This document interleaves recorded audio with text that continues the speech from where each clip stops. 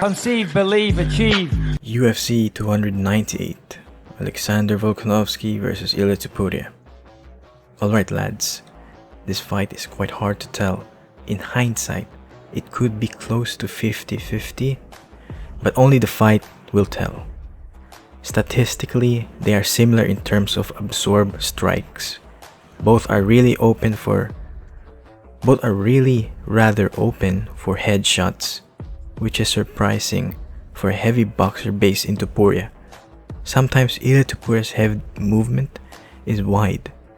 Alexander could definitely exploit that and set up a roundhouse head kick. Topuria's head movement isn't clean yet or polished for MMA. It could definitely be exploited. I would also argue that Alexander Volkanovski's head movement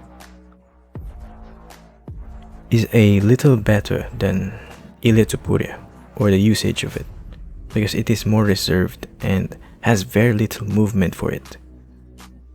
Now we talk about both fighters' footwork. Watching illiatopuria, sometimes his footwork is wonky, ploddy, and cross-stepping,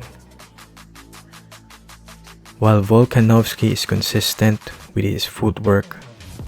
In terms of defense, Topuria either moves backwards or blocks it with his face.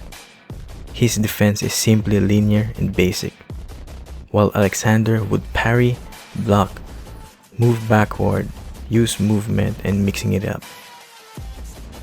On the back foot, Illiatopuria does not have much to offer for it, while Alexander has his check hooks ready and is comfortable on the back foot. Looking at Topuria's stand-up, it is pretty much a pocket game. He has some jab, but his main stand-up is just pocket game.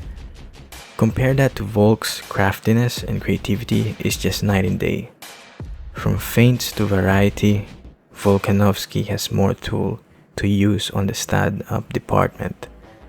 Although, I will say that Topuria has that power equalizer and killer instinct, so it might not matter in the fight. That being said, the key to winning for Alexander Volkanovski is to minimize Illiatopuria's space as much as possible.